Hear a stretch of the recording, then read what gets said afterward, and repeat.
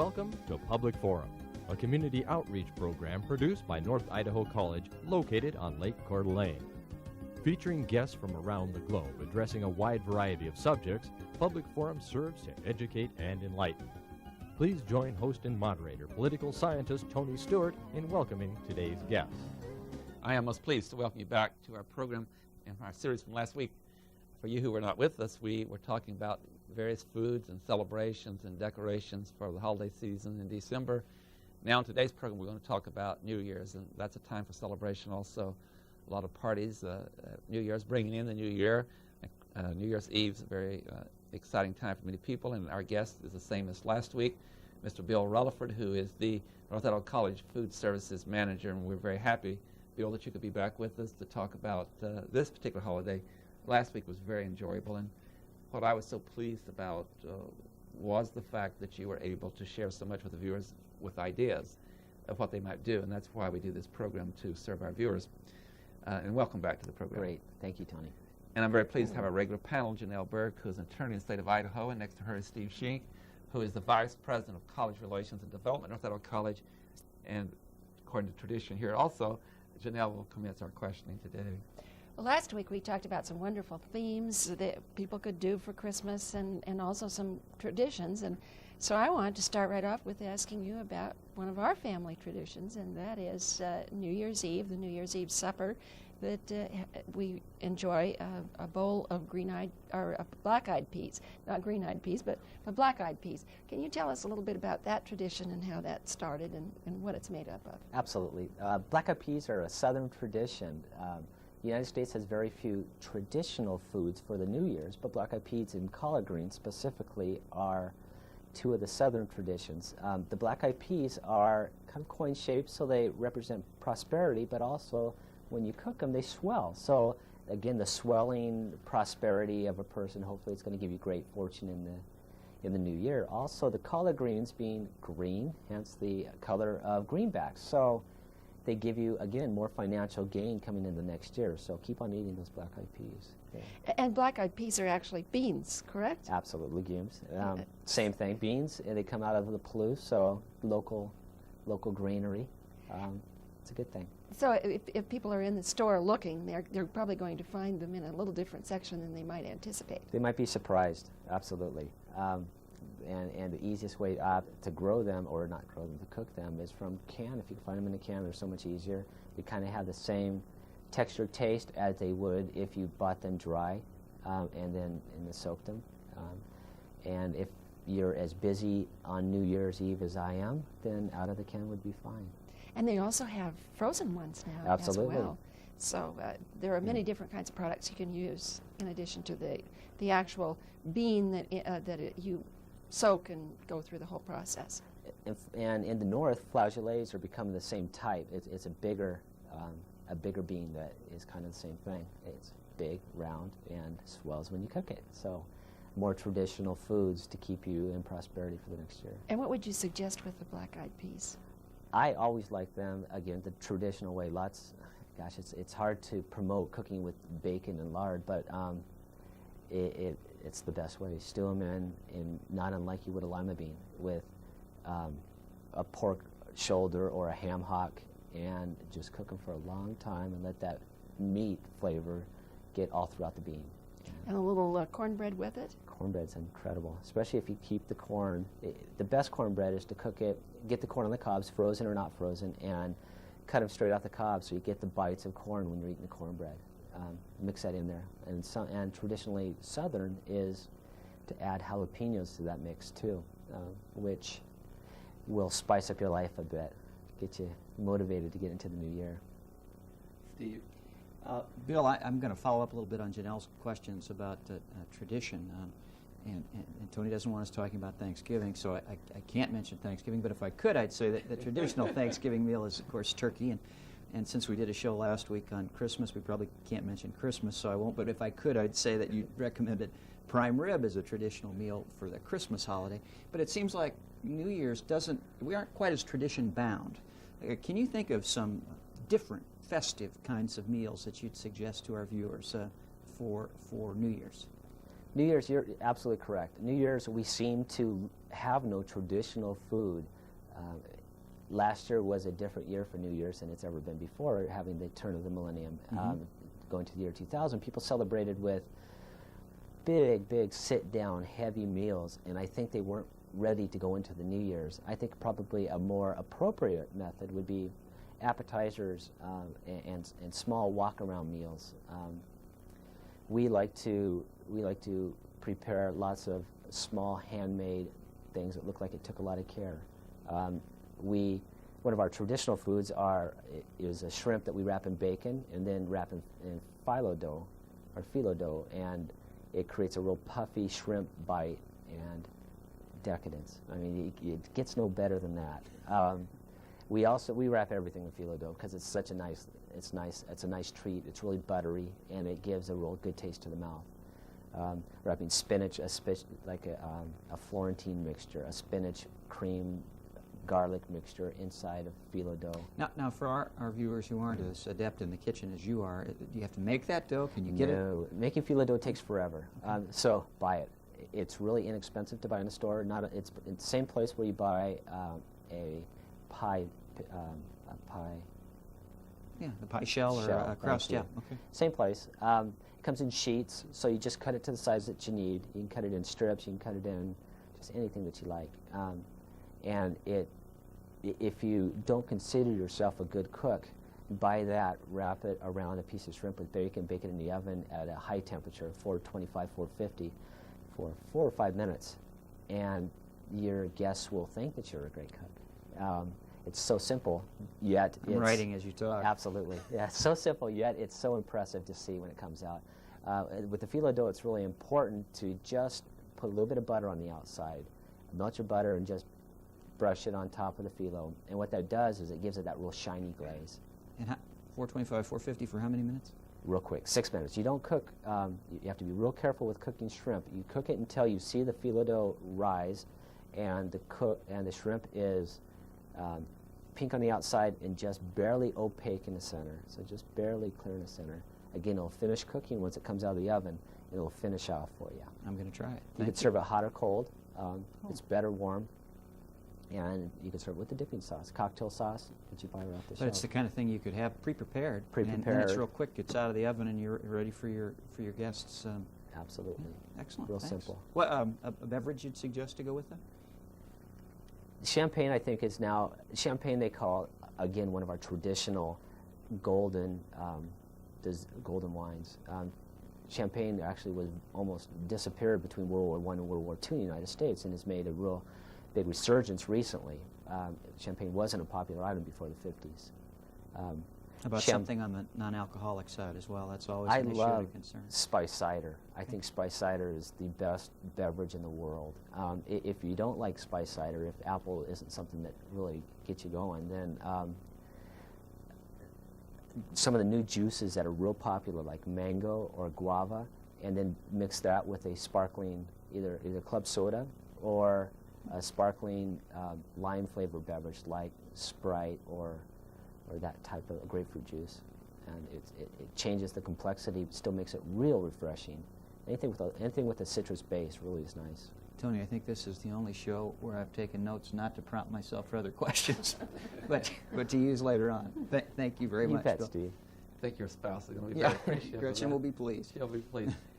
For our viewers who don't use any pork, and they still want to do the shrimp and wrap it as you're indicating, is there something else that could be used to make the same kind of menu? Absolutely. Turkey breast is a great thing. It's real lean, and it gives that, especially a smoked turkey breast, not the non-smoked, but a smoked turkey breast gives that same flavor and changes the complexity even more. The nice thing about the turkey breast is it's a pre-cooked item. It's a deli turkey breast, so you don't have the concern about an uncooked meat with your shrimp. But you wrap that around the shrimp? Slice it in a thin strip and wrap it around the shrimp. And it's, again, real complex, but it tastes really good. Another traditional meal is, speaking of pork, it's interesting that I can't remember the country. Oh, it's this country, go figure. Pennsylvania Dutch will eat pork. That's their traditional meal because they say A pork doesn't look back, or a pork can't look back. So it's always looking to the future. In that same sense, they won't eat a chicken because they say, for the holiday, because they say a chicken scratches back, so it's always looking into the past. So that's their way to get into the new year. They do eat pork for their holiday. So one of those traditions. Absolutely. Last week we talked a lot about having guests over for a party for Christmas, and you had some great ideas. Now we've moved to New Year's, and there are a lot of New Year's parties too, or New Year's Eve, I should say. Or sometimes the parties on New Year's and watching bowls at football. Absolutely. Give us some suggestions for those, either New Year's Eve party or the New Year's itself. New Year's is an interesting party time. What we do when we have New Year's parties, we ensure we have a place for everybody to sleep on, because everybody's going to be there past midnight, and most people will be having at least a glass of champagne. So we are real careful about who we invite over for our holidays, especially New Year's. But that being said, it's also the most fun because you have a lot of people who are going to be spending the night. So we start by decorating the entire house from top to bottom. The TV is decorated because the TV is where everybody's going to end up at midnight because we're going to watch the ball drop. So the TV is decorated with streamers, and TV gets its own party hat put over the top of it. TV's ready to go. But again, it's creating that whole atmosphere. Music, themes are, again, a really neat thing to carry over on New Year's. Roaring 20s is a fun theme to have. Everybody come in flapper dresses and jute suits and zoot suits. It's a little before my time. And everybody... I just realized. Thank you. Themes are really fun. People love dressing up for New Year's. I mean, because that's the night when you can leave everything else behind, and you're done with the year. You're done. Time to kind of mess around for a couple hours and be somebody you aren't necessarily for the rest of the year. Thank you very much. Janelle. Christmas is a time that we often spend with our families, but New Year's is more probably a time for friends. Would you agree with that? And if so, how does that change the complexion of the holiday, do you think? I think absolutely. It's definitely a friend holiday. I know a lot of people do their one night a year bar hopping that night. That's not really, I don't consider that the most fun. I think it's still an intimate holiday. I think it's a holiday when you really visit with your friends, find out what your friends' dreams are, what you're leaving behind the past year and building towards the future. I think it's a time really to reflect on where you were and where you would rather be. And it's tough to do that with people that you don't really know. That's why I think it's so much fun to do these parties in your own house or go to somebody else's house who you really know. But New Year's is more a time of joyous occasion. It's a very joyous occasion. It's not very introspective, probably, for the most part. Would you say? I would hope that you could do both. I would hope that you could still have that great time, because when the ball drops, it's a pretty special time. It's a pretty special time to change over, and that's when the party begins. I think that's when you cut loose and you do open the champagne and start doing the toasts, and I think it's a kind of a washing of your hands. It's when you really get to look towards the future. I think it's introspective in a positive way, I think. Now, you talked about your apple juice and your apple cider. Can you give us a recipe with that? Because I know you must have one. You talked about it so fondly. With the apple cider, I really like to cook it. I like to have it mulled where I'll put I wrap everything in cheesecloth, all my spices in a cheesecloth, because I don't want to swallow cinnamon. So you build a cheesecloth packet full of cinnamon, cloves, and allspice, and anise stars. The combination is typically winter, for one, and it kind of brings you. It's interesting drinking a mulled cider or a traditional apple drink. It enlightens you. I think it brings you back to the holiday season. And the allspice, of course, our whole allspice Absolutely. that you're talking about. And do you cook it in a crock pot, or do you put it in a regular pan? Do you think that changes the taste? It does. Slow and fast cooking are two totally different things. It's nice to let something sit there for it's nice to cook in a crock pot for 2 days because your whole house infuses your house with all those flavors. As soon as the guests walk in, it's there. The whole house smells that way. Another interesting drink, though, is going back to the fruit drinks. I think as the night goes on, you're wanting something a little more refreshing than a warm cider. And that's when I would go towards the cranberry drinks probably, and cranberry mixed with the sodas or grapefruit juice or anything citrus. Citrus is refreshing and revives you, I think. And besides that, it tastes good. And that's important. It goes with the outdoor activities. Absolutely. Steve Sheen. Bill, one of the downsides of the holidays is that there can be a lot of pressure for many people. It's still a very busy time of the year, and they may have activities at church or schools for kids, and then they get an invitation to go somewhere for a New Year's party. And oftentimes, we talked a little bit last week about bringing things, carry-ins, that sort of thing. Have you got some quick recipes? And I don't care if they're for hors d'oeuvres or desserts or whatever that might rescue somebody who's on their way to a party and wants to bring something that's special but doesn't have a lot of time. Extra quick. Mm-hmm. Something extra quick. Well, sure. It seems the simpler the better. Any kind of meal that we consider a success is usually 4 ingredients or less, just because it's so simple to make. Anything with more than 4 ingredients, usually, unless you follow a recipe perfectly or you know the chemistry of cooking, isn't going to come out like the recipe writer intended it to. Pasta dishes are phenomenal that way. It's so easy to boil a pasta like a penne pasta, let that cool, and then simply add pepperoni slices, any kind of vegetable. Broccoli is great, and then an Italian dressing, and just mix the Italian dressing in with it. If you don't like that vinegary tartness of the Italian dressing, then put the Italian dressing on the cook stove in the pot, and add brown sugar to it until it gets to a flavor that you really like. And what that'll do is it'll take the oil flavor away of the Italian dressing and the vinegar flavor away, and kind of mix that. I think probably my easiest and favorite dressing to make for pasta is rice wine vinegar and equal parts of brown sugar. It's so simple, and it gives anything kind of an Asian flair. And just add that to that same pasta dish of penne pasta or bow ties or rotini or whatever your favorite pasta is. Any kind of meat. You could do diced turkey, diced ham, any kind of. It's so simple. You just add whatever you like. If you like that, then add it. And then once you add that flavoring to it, that rice wine vinegar and the brown sugar, it completes the dish. If you want it more Asian, add 2 shakes of sesame seed oil, and that'll bring that smoky Asian flavor to it. If you want it less Asian and more Italian flavor, add more garlic. How about a salad or an hors d'oeuvre? Those are other things that people are often asked to bring to a potluck.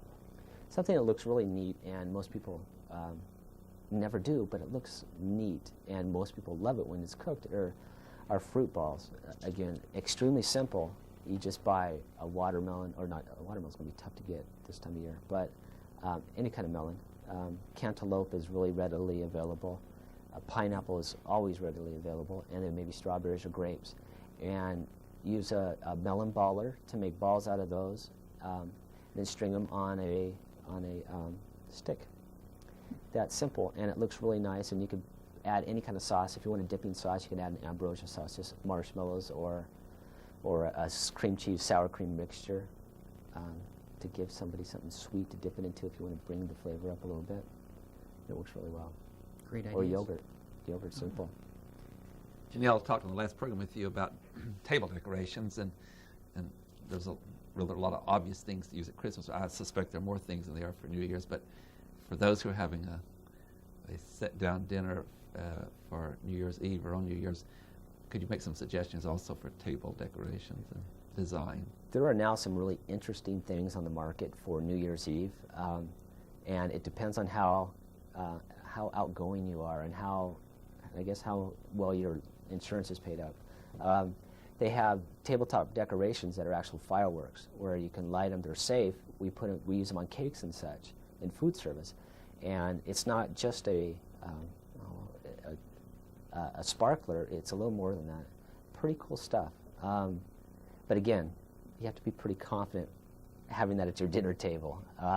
We do it in food service because we're walking in big rooms and carrying the cake out that has these sparklers just flying off everywhere. That makes, if you want to impress people, that will do it. But besides that, nice touches again are candles. Candles are so important, I think, on any winter meal. We generally stop using flowers on Labor Day and use candles from Labor Day to Memorial Day to keep within the winter session. Something else I really like to do on tables, again, is build platforms, and then newspapers are really neat things. If you have newspapers from years past, or you can print something up on the internet, and the year 2000 New Year's, and use those for placemats in front of the plates. Use excuse me, party favors for all the decorations, obviously, on the table, and just smother the table in decorations. Another real popular thing is confetti. And you can buy confetti in just about any kind of form now, and just put confetti all over the table. We see that at almost every catering event we go to now. And it adds an extra sparkle. The sparkle's nice. Another tradition some people engage in, and that is a New Year's resolution. I'm not sure that's a very high percentage that are kept, but it's a real tradition to try. A lot of times it has to do with nutrition for the year, or other kinds of work and tasks. Is there anything that you would suggest for those parties in which you would, through your decorations or party games, whatever, that would have any relationship to this tradition of resolutions? Resolutions are interesting, that's for sure. I told myself 2 years ago that I would never make another one until I did the next day. So they're an interesting thing. It seems like what a prime example to use for a party game during a New Year's Eve party. Which resolution were you most embarrassed about? Which resolution did you actually keep? Which you probably get no answers to. Which resolution are you going to keep this year? Do you resolve to do that? I don't know. I think resolutions are probably the biggest joke about New Year's Eve parties, and the biggest question. The quit smoking resolution, the quit take off weight resolution. They're endless. I think it's more of a. I think that's probably our biggest tradition in the United States is what's your resolution this year, and when are you going to break it? Thank you, Janelle Burke. One of the things that happens around New Year's is a lot of outdoor events. And can you share with us what you think is happening as far as our families staying home, or are they going to go out sledding or go skiing or do any one of a number of outdoor things? Well, just because it's wintertime, we don't have to stay indoors. Absolutely. Obviously, Christmas tradition is get your tree, go up and cut down the tree in the woods and throw it in the back of the truck. And New Year's, my family does do the typical Coeur d'Alene tradition of jumping in the lake at 12 o'clock on New Year's Day. It's cold. My wife is the smart one. She won't do it. She's intelligent enough to know that that's not a wise choice. But my daughter and I have done it now 3 or 4 times. She's done it one more time than I have because I chickened out one year. She has more intestinal fortitude than I have. But I think how can you bring a community better together than to have 1,000 people jump in the Lake Coeur d'Alene on New Year's Eve or New Year's Day? I think that's a great tradition. Our hangover run that we have earlier that day, I don't know about that. I don't know about running first thing in the morning, but it's neat that families get together, especially in Coeur d'Alene, and go out and do that. The beach is packed, and most people are watching, the smart ones, and the few of us that are lost our wits the night before jump in the lake. And some families actually travel to some other location and stay together as a family and do the skiing thing or some kind of an event. They rent some facility. Absolutely. I have a friend who goes to Mexico every year, and that's their New Year's Christmas event because they like the warm climate. I could not be away from the snow this time of year. I love this time of year, so I stay here. But and our family goes and watches the Eagles New Year's Eve, New Year's Day, because that's when all the bald eagles come back to Lake Coeur d'Alene. We are kind of blessed with a place to have that affords the opportunity to get outdoors this time of year, which some people aren't quite as lucky as we are. Steve Sheen. Bill, it seems to me in these past 2 shows we've given desserts pretty short shrift. Have you got some favorite desserts that you'd like to share with the audience? I hate desserts. But that being said, I think the best dessert in the world, again, is the most simple. Strawberries are impossible to get this time of year. So to make this dessert happen, you're going to have to buy a frozen product. But strawberry shortcake on New Year's, the colors are right. I mean, everything right is right about strawberry shortcake. We make our own shortcake dough. And our family tradition is on New Year's Eve, we get together, we make our own French fries, cut the potatoes and make them from scratch, make burgers out on the barbecue. It has to be outside. But now I have a burger, they have garden burgers. And then we play Monopoly all night long. And we end the night with our strawberry shortcake. It's refreshing, it's not heavy, so you aren't eating chocolate right before you go to bed. But simply frozen strawberries, cake, whipped topping. And all that chocolate you told us about last week. Everybody else eats that, yeah. That's still there. The chocolate lasts throughout March probably, because we make so much dipping chocolate that it's incredible. You can't get rid of it, especially when I don't need it. Yeah. Thank you very much. I think one thing that's interesting on both these programs, that all the suggestions you've made, that it's a family function activity. You do these together, and so it brings the family together, you and your wife and daughter. And this is a good idea for other families, that they could use some of these examples that you're doing. On that note, I have to bring the program to conclusion. Bill Rutherford, as the Food Services Manager at North Idaho College, we thank you very much for being with us for our Christmas season program and our New Year's program. And our panel joins me in expressing our great appreciation. Ladies and gentlemen, I'd like to say to you that we hope that the year 2001 is a great and successful one for you, and it brings you great happiness and good health and safety throughout the year. And as we continue to bring you this program in the new year, that you'll continue to be our viewers as you have been over the last year. In fact, in most cases over the many years in the past. Again, Happy New Year's to you. Until next week, please have a good week. I am Tony Stewart. Recorded on the campus of North Idaho College, Public Forum is the longest-running entirely college-produced program on PBS. Each episode is pre-recorded live and is an educational outreach from North Idaho College. Please join us again at this same time next week for another edition of Public Forum on this public television station.